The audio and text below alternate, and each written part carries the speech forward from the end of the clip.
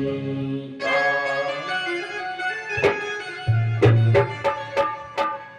सीताराम चरण रति मोरे, और अनुदिन बढ़ही अनुग्रह तोरे।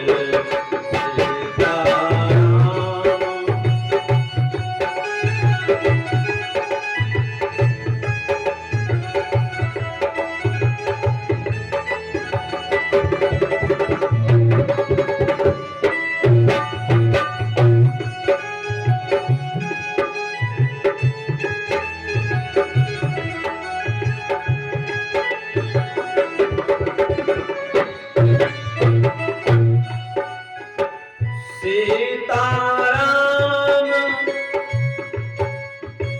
चरण रति मोरे, अनुदिन बढ़ही अनुग्रह तोरे।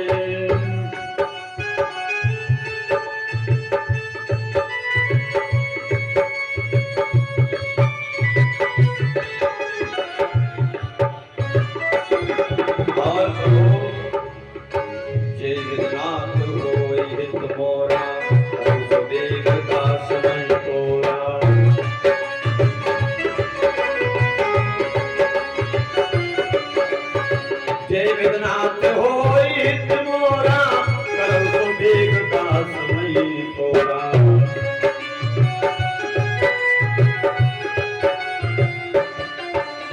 श्री राम मैं सब जग जानी, हे प्रभु श्री राम मैं सब जग जानी, करौ प्रणाम जोर जुग पानी।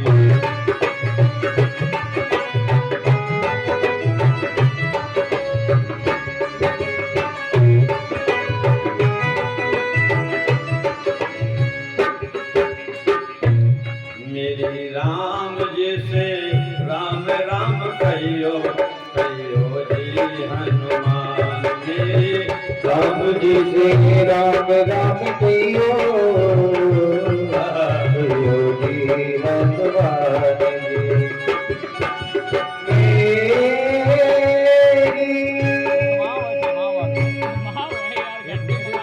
राम जी से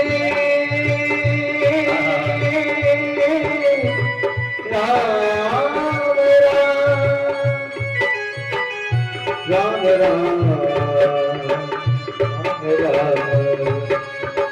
ओ मेरे राम जी से राम राम कहियो, कहियो जी हनुमान जी। राम जी से राम राम कहियो, कहियो जी हनुमान।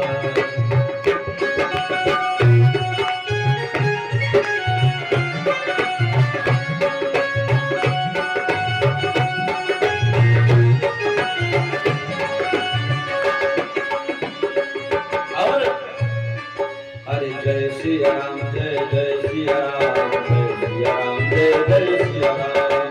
सिया राम सिया राम जय राम, जय सिया राम जय जय सिया राम। जय सिया राम, जय जय सिया राम, जय सिया राम, जय जय सिया राम। सिया राम जय सिया राम, जय सिया राम, जय जय सिया राम, जय सिया राम, जय जय सिया राम। ओ जय सिया राम जय जय सिया राम, जय सिया राम जय जय सिया राम। जय सिया राम, जय जय सिया राम, जय सिया राम, जय जय सिया राम।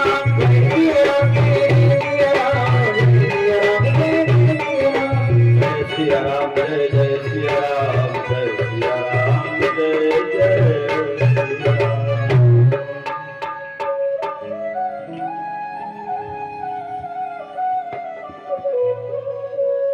विश्व नगर की जय सब काजा, हृदय राख कौशलपुर राजा।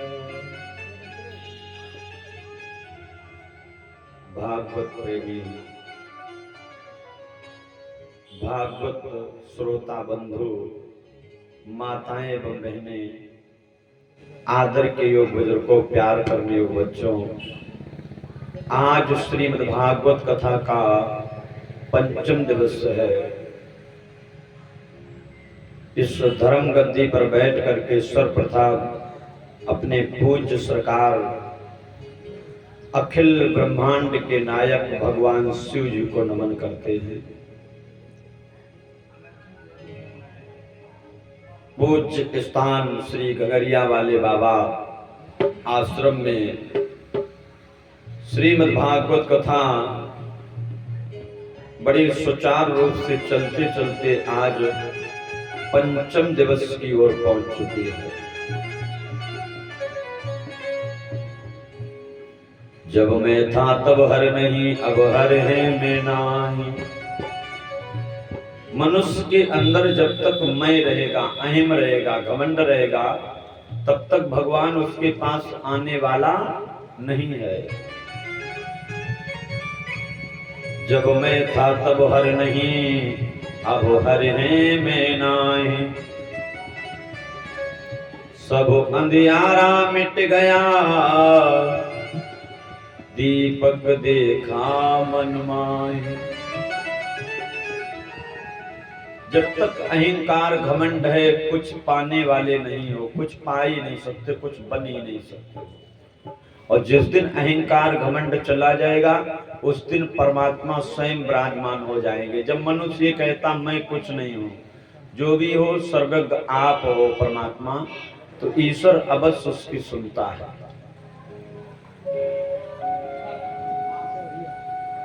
हरण गंगा के किनारे बालू के सुंदर लहरेदार बिछौने बिछे हुए हैं। उच्च स्थान पर विराजमान व्यास नंदन सुखदेव जी बैठे हैं। उत्तरानंदन हाथ जोड़ करके कथा को श्रवण करते हैं। कौन? परीक्षित जी।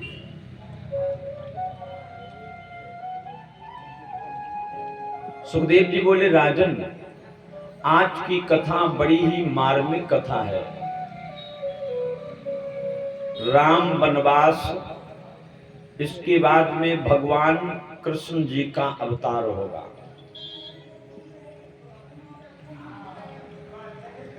सोच और संक्षेप में आप लोग कथाओं को बड़ा भाव के साथ सुनेंगे समयानुसार। राजा दशरथ जी से जिस समय विश्वामित्र जी ने राम लक्ष्मण जी को मांगा, तो ताड़का वन में पहुंचे। कौन से वन में? ताड़क वन में। ताड़क वन में ज्यों ही पहुंचे, उसी समय ताड़का ने जब देखा है कि एक महात्मा जी दो साथ में पुत्र हैं, तो खाने के लिए झपटी, उन्हें मारने के लिए। विश्वामित्र जी ने इशारा दिया है, कई बार प्राण हर लीना। एक ही बाण में भगवान ने एक ऐसा बाण मारा, एक ही बाण मस्तिष्क में जाकर के लगा, पूतना का प्राणांत, ताड़का का प्राणांत हो गया। किसका? ताड़का का। इस प्रकार ताड़का जी का वध भगवान राम जी ने किया। और आगे को बढ़े, आजमगढ़ में पहुंचे। कहां पहुंचे? आजमगढ़, जहां पर मुनि विश्वामित्र जी का आश्रम है। हाथ जोड़ करके राजा राम जी कहने लगे, हे गुरुदेव, आप अपने यज्ञ को प्रारंभ रखिए।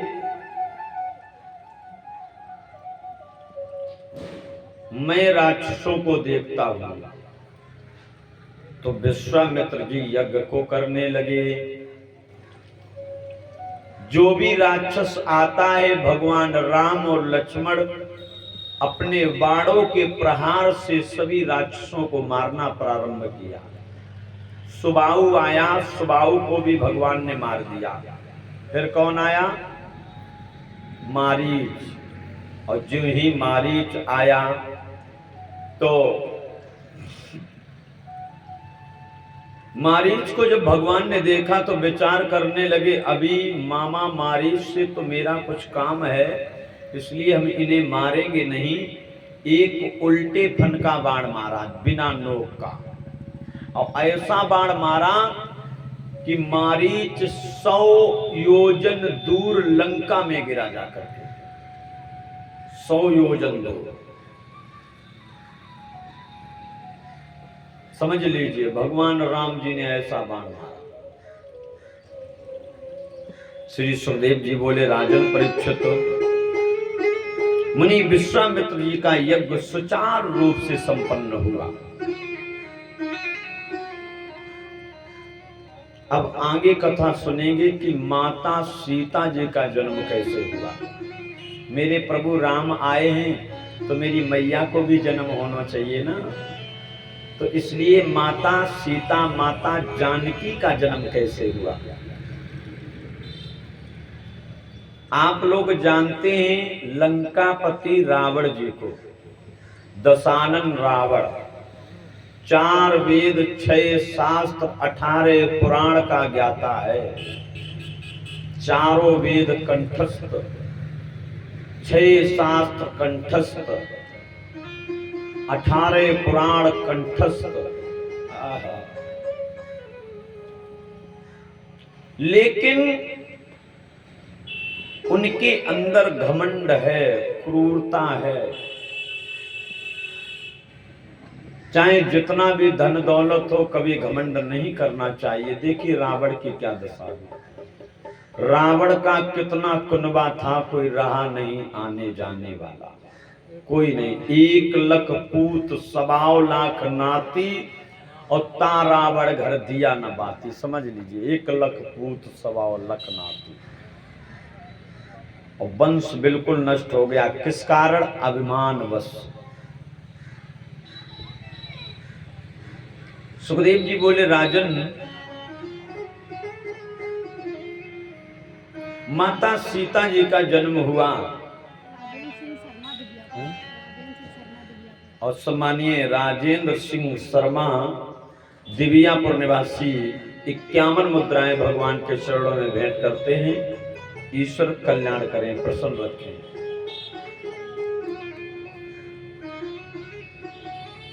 लंका का रावण, पूरे देश में उसका राज्य है। संत महात्मा अन्य सभी से टैक्स वसूली करता था। जो भी उसके राज्य में था उससे टैक्स लिया जा, लागान लिया जाता था। एक दिन रावण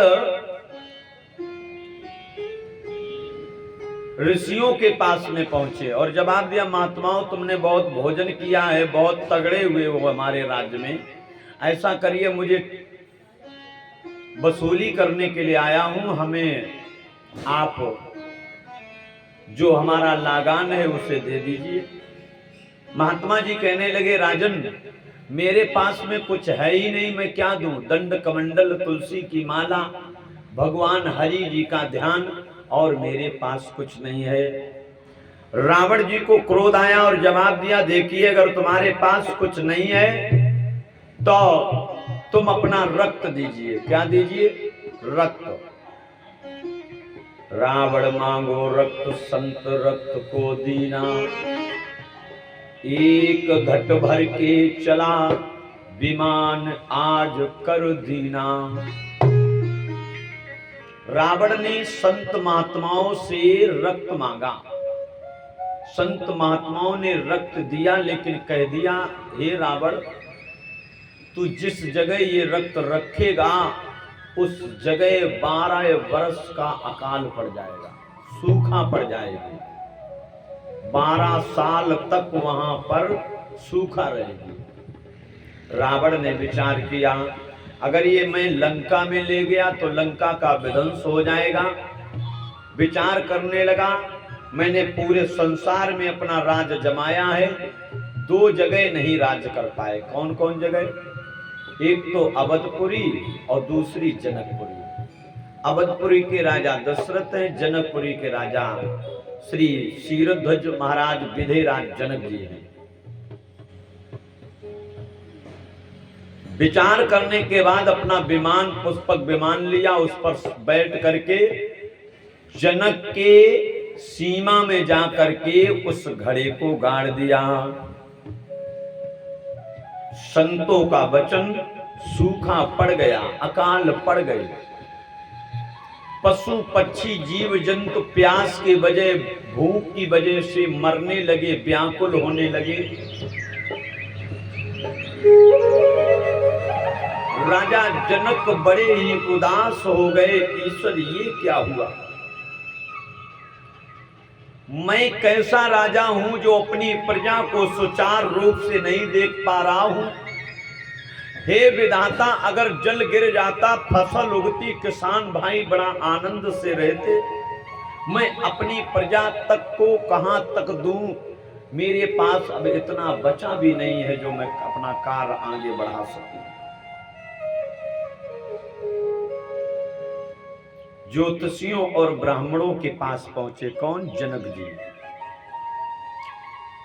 सलाह को मिलाया है तो ब्राह्मणों ने जवाब दिया, हे राजा जनक, तुम्हारे यहां सूखा पड़ी है, इसका एक कारण है, एक उपाय है। उस उपाय को आप करना। बोले क्या? आप और आपकी रानी जो सुनैना है, दोनों लोग सोने का हल चलाएं। यानी सोने, जब सब सो जाएं तब चलाएं। और हल भी कैसा होना चाहिए? सोने का। राजा जनक ने वैसे ही किया। रात्रि के समय जब सब सो गए प्रजा के वासी, तो अपनी प्रजा के हित के लिए, अपनी प्रजा को खुश देखने के लिए महाराज जनक जी रात्रि काल अपनी रानी सुनैना को लेकर के हल चलाने के लिए गए। और जैसे ही हल चलाया, हुआ क्या? अरे पहली हर के हरैया में जैसे राजा जनक जी ने हल चलाया, हुआ क्या? अरे पहली हर की हरैया में और सीता जिन करी मलैया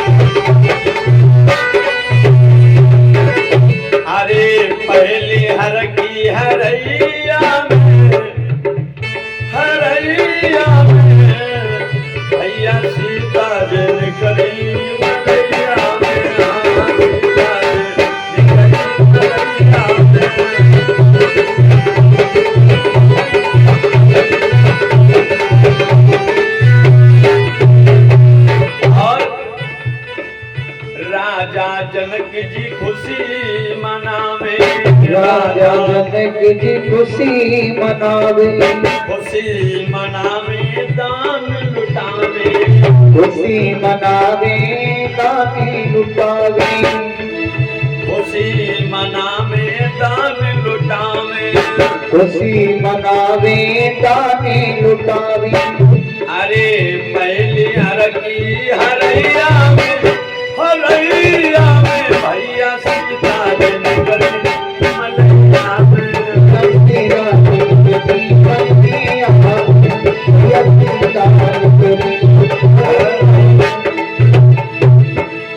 जैसे ही हल चलाया महाराज जनक और माता सुनैना ने, उसी समय हल किसी में अटक गया।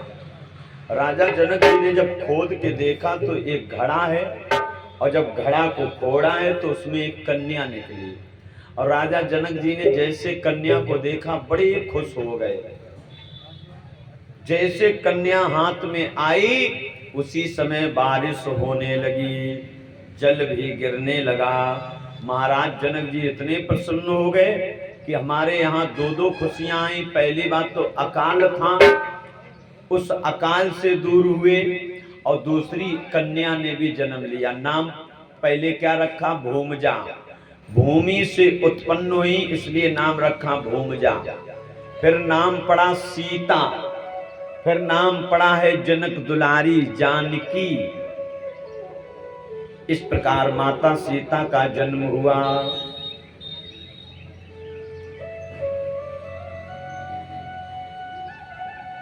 धीरे धीरे मैया सीता कुछ बाल्या अवस्था में आई, समझने और सोचने की कुछ शक्ति आई, तो राजा जनक के राज्य में एक अजगौ नाम का धनुष रखा था। किस नाम का? अजगौ नाम का धनुष, जो कि ब्राह्मण दधीच की हड्डियों का बना हुआ था। ऐसे ऐसे ऋषि हुए हैं हमारे देश में जो दूसरे की खुशी में अपनी खुशी समझते हैं। मुनि दधीच ने अपने शरीर की चिंता ना करते हुए अपने हड्डियों का दान किया। अच्छा एक बात बताऊं, हाथ क्या कर रहे हैं? कौन से?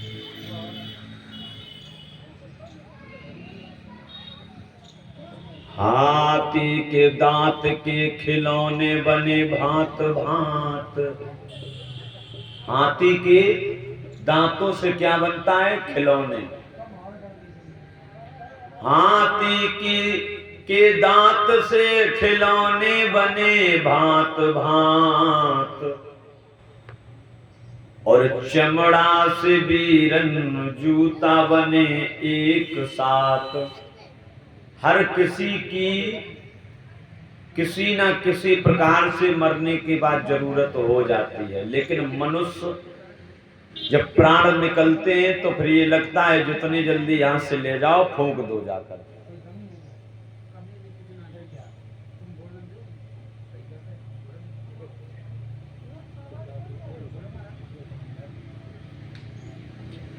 बड़े प्रेम के साथ महाराज ब्राह्मण दधीच ने अपनी हड्डियों का दान किया था। देवासुर